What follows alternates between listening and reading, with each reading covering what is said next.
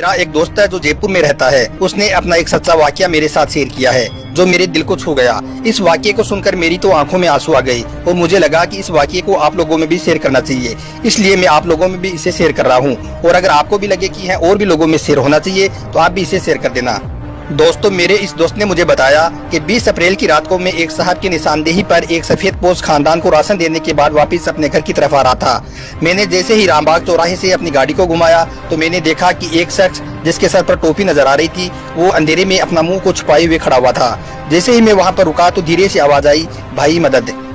मेरे दोस्त का कहना है कि अल्लाह की कसम उस शख्स के गाल आंसू से भरे हुए थी और घुटी घुटी आवाज में वो रो रहा था।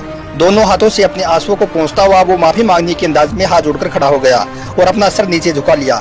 मैं इस अंधेरे में भी उसके आंसुओं को थोड़ा टपकते हुए देख सकता था और मुझे मेरे अंदर कुछ टूटता हुआ सा महसूस होने लगा था।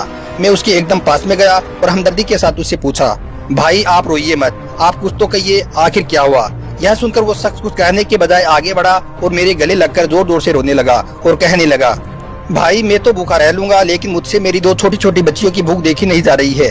उनका भूख से तड़पना, उनका भूख से बिलखना मुझसे बर्दाश्त नहीं हो रहा है। अब तक तो मैं कैसे कैसे करके उनको खा पिला रहा था, मगर अब कल से मेरे घर पर खाने को एक भी दाना नहीं बचा है और मेरी बच्चियां सुबह से पापा भूख लगी है, पापा भूख लगी है, पापा खाना खिलाओ की फरियाद कर रही है। भाई आज तक जिंदगी में कभी भी ऐसा नहीं हुआ है कि मेरी बच्चियां कभी भूखी सोई हैं। रोजाना खाने के साथ मैं अपनी बच्चियों के लिए फल भी लाता था, लेकिन अब तो खाना ही नहीं है। अब मेरी बच्चियां ये कह रही हैं कि पापा हमें फल नहीं चाहिए लेकिन हमें खाना तो खिलाओ। आप तो हमारी हर बात को मानते थे, अभी हम खाना मांग रही हैं, हमें खाना क्यों नहीं खिला रही हो। यह सुनकर वो शख्स क्या भरने लगा और फिर रोता हुआ कहने लगा, भाई मैं कोई फकीर नहीं हूँ, कोई मांगने वाला नहीं हूँ। आज तक मैंने किसी के आगे अपना हाथ नहीं फैलाया है, लेकिन अब इस लॉकडाउन की वजह से हालात ऐसे हो गए हैं। अगर आपको लगता है कि मैं झूठ बोल रहा हूँ तो आप मेरे साथ मेरे घर पर चलिए और आप वहाँ पर चलकर देख लीजिए कि मेरे घर में क्या है क्या नहीं है। अगर मेरे घर में खाने को एक दाना भी आपको मिल जाए तो आप मुझे चोर समझकर जो चाहो सजा दे देना। आप जितनी चाहो उतनी मेरी फोटो खींच लीजिए, मगर आप मेरी भूखी बच्चियों को खाना खिला दो।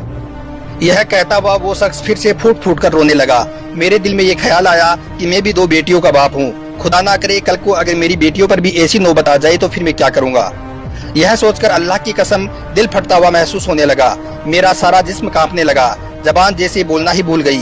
खामोशी के साथ मैंने उस शख्स को अपनी गाड़ी में बिठाया और सीधा अपने घर की तरफ चल दिया। सफर के दौरान उस शख्स ने मुझे बताया कि साहब मेरा नाम हारून है, 13 साल से मैं पेंटर का काम कर रहा हूँ। मेहनत मजदूरी करके अपना गुजर बसर कर रहा था, लेकिन अभी इस लॉकडाउन की वजह से हमारे हालात ऐसे खराब हो गए हैं, जान पहचान वालों से मांगने की हिम्मत मेरे में नहीं पड़ रही थी। उसकी बातों को सुनते सुनते मेरा घर आ गया। घर से मैंने राशन के थैले गाड़ी में रखे और सीधा हारून के घर की तरफ रवाना हो गया। उसके घर जाकर देखा तो पता चला कि घर क्या था, बस एक कमरा था, वहीं ड्राइंग रूम, वहीं बेडरूम और वहीं रसोई। ना कोई सोफे थे, ना कोई बिस्तर था, ना कोई आलमारी और ना ही कोई फ्रिज था। बस एक कोने में एक बुझा हुआ चूल्हा दिख रहा था और एक कोने में एक गैस की एक टंकी खाली दिख रही थी। एक तरफ एक कोने में 2 फूल सी बच्चियां भूख की चादर ताने सो रही थी। हारून की बीवी ने कहा कि भाई साहब जब लड़कियां भूख की वजह से ज्यादा रोने लगी तो उनका रोना बर्दाश्त नहीं हुआ तो मैंने खांसी की दवा को शरबत बताकर इन्हें पिलाकर सुला दिया है। यह सुनकर मानो मेरी रूह को किसी ने झंझोड़ कर रख दिया हो। सिसकते दिल, कंपकपाते हुए हाथों और भीगी आंखों के साथ कमरे के एक कोने में राशन का सामान रखा और बच्चियों के सर पर प्यार से हाथ फेरकर इस दुआ के साथ हारून के घर से वापस बाहर निकल गया कि ए अल्लाह इन बच्चियों के नसीब को अच्छा फरमा, अपने मखलूक पर अपना रहम फरमा, भूखे लोगों की मदद फरमा।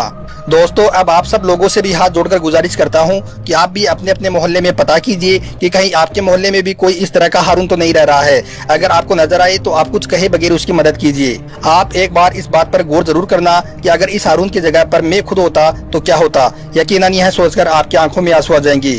दोस्तों, आज गरीबों के हालात बहुत ही ज्यादा खराब हैं। अपने खजाने के गेट खोलिए, आपका खजाना कम नहीं होगा बल्कि अल्लाह ताला इसको कई गुना और बढ़ा देगा।